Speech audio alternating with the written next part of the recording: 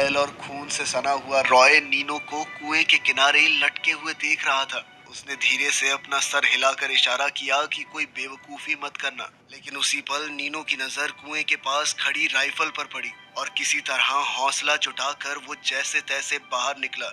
जब वो हमलावर ध्यान नहीं दे रहे थे तो उसने राइफल उठा ली। नीनो के हाथ में बंदूक देखकर उन लोगों को लगा कि इतना छोटा बच्चा क्या ही गोली चलाएगा, इसीलिए वो हाथ उठाकर धीरे धीरे उसकी तरफ बढ़ने लगे। उसी पल शिकारी कुत्ते ने खतरा महसूस करके नीनो पर झपट्टा मारा और नीनो ने बिना हिचकिचाए उसे गोली मार दी। फिर उसने बड़ी तेजी से गोली रीलोड की। नीनो की यह फुर्ती देखकर सभी हमलावर सन्न रह गए। इसी बीच घोड़े पर बैठे एक आदमी ने मौका देखकर अपनी राइफल उठाने की कोशिश की, लेकिन उसे क्या पता था कि नीनो पहले से ये सब देख रहा है। उसने निशाना लगाकर घोड़े पर बैठे आदमी को एक ही गोली में नीचे गिरा दिया। उस आदमी ने भी गोली चला दी, लेकिन नीनो की वजह से उसका निशाना चूक गया और वो गोली सीधा उसी के साथी को जा लगी, जिसकी मौके पर ही मौत हो गई। हालांकि घोड़े वाला आदमी नीचे जरूर गिर गया, लेकिन उसके सिर्फ कान पर चोट आई थी और हार ना मानकर वो तुरंत अपनी राइफल उठाने लगा ताकि दोबारा हमला कर सके। लेकिन रॉय ने फिर से उसे काबू में कर लिया।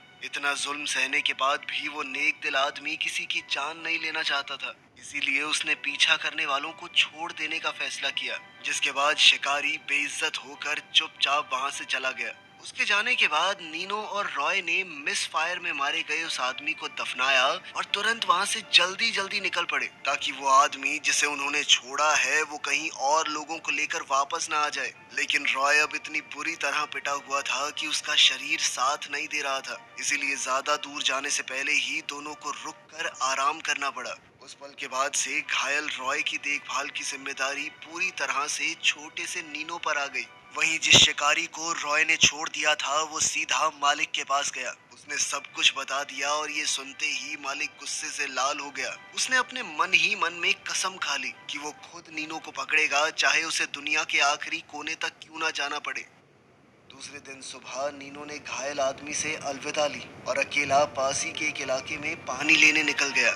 जैसे ही वो ठंडे पानी को देखकर खुश हुआ, तभी अचानक उसके कान में किसी की आवाज पड़ी। नीनो तुरंत सतर्क हो गया, इधर उधर देखने लगा। उसे लगा कि पीछा करने वाले आ गए होंगे, लेकिन सामने उसने एक अजीब से आदमी को देखा जो एक लकड़ी के ठेले पर बैठा था। उस आदमी के पैर बिल्कुल काम नहीं करते थे। उस आदमी के सवालों के सामने होशियार नीनो ने कहा कि मैं तो सिर्फ पानी लेने आया हूँ।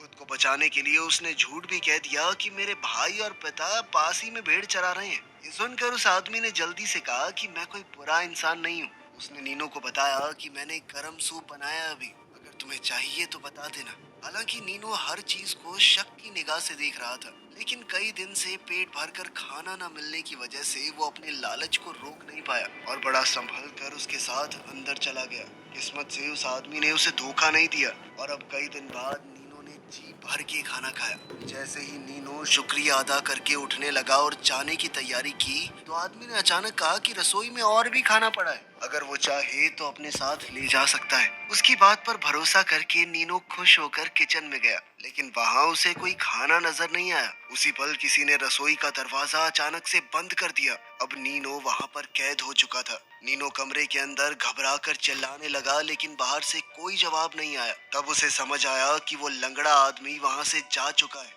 उसने तुरंत अपनी कमर से छुरा निकाला और लकड़ी के दरवाजे में बेचैनी से सुराख करने लगा। फिर उस सुराख में हाथ डालकर वो बाहर लगी कुंडी खोलने की कोशिश करने लगा। हालांकि इस दौरान उसका हाथ जख्मी हो गया, लेकिन आखिरकार नीनो किसी तरह बाहर निकल ही आया। वो दौड़कर कमरे से निकला और उसने देखा कि लंगड़ा आदमी तेज रफ्तार से नीनो के गधे को भगाकर ले जा रहा है। दरअसल उस आदमी ने ये सब कुछ नीनो के गधे को चुराने के लिए किया था। ये देखकर नीनो गुस्से से भर गया और उसके पीछे भागने लगा। उसने एक पत्थर उठाया और पूरी ताकत से लंगड़े आदमी पर दे मारा। इससे वो लंगड़ा आदमी जमीन पर गिर गया और घबराते हुए माफी मांगने लगा।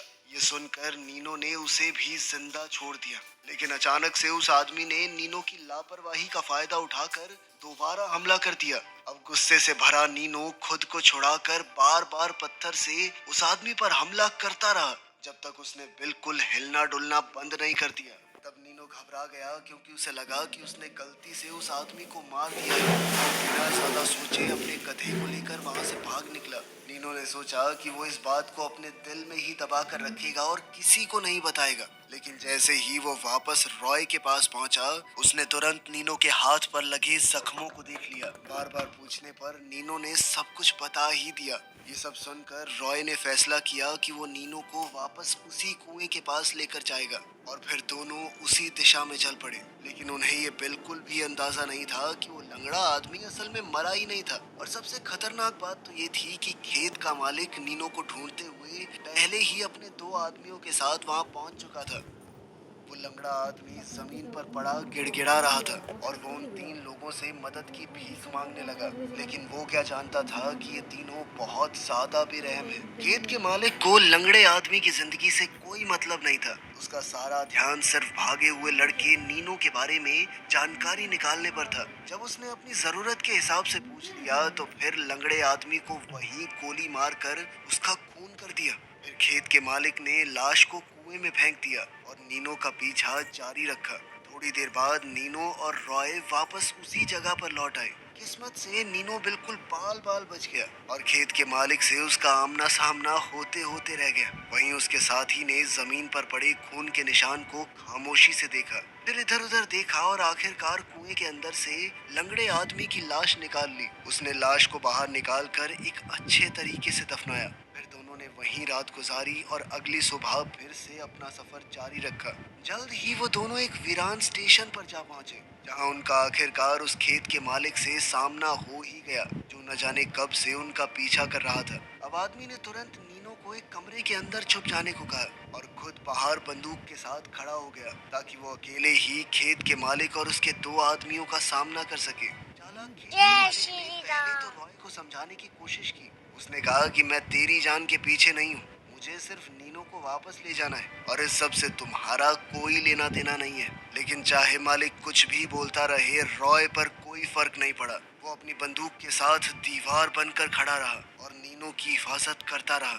जब समझाना काम नहीं आया तो खेत के मालिक ने भारी इनाम का लालच दिया, ताकि रॉय नीनो को उसके हवाले कर दे।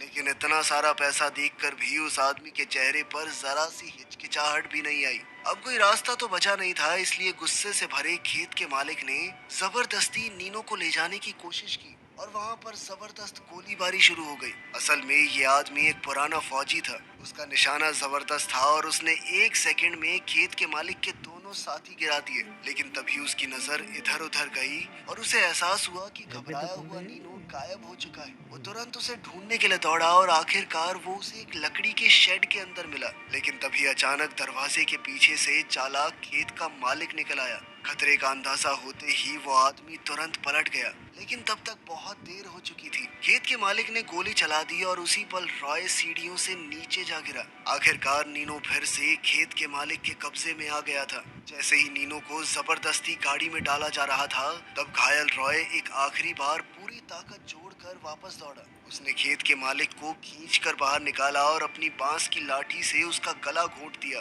खेत का मालिक जान बचाने के लिए तड़पने लगा और उसने अपनी पिस्टल से अंधाधुंध गोलियां चला दी। इसी फाइट में एक गोली पहले से जख्मी रॉय को फिर से लग गई। रॉय ने मालिक को तो मार दिया, लेकिन साथ ही वो भी अपने जख्मों की वजह से मारा गया। इस दर्दनाक मंजर को देखकर नीनो बहुत रोया। कुछ दिन पहले तक वो आदमी उसे जानता तक नहीं था और आज नीनो की आजादी के लिए उस आदमी ने अपना सब कुछ न्योछावर कर दिया। अब नीनो ने उस आदमी के शरीर को बहुत अच्छे से दफनाया और फिर आखिरकार सारा सामान लेकर आगे बढ़ गया। वीडियो पसंद आई तो लाइक कर देना, चैनल को सब्सक्राइब कर लेना। मिलते हैं अगली वीडियो में।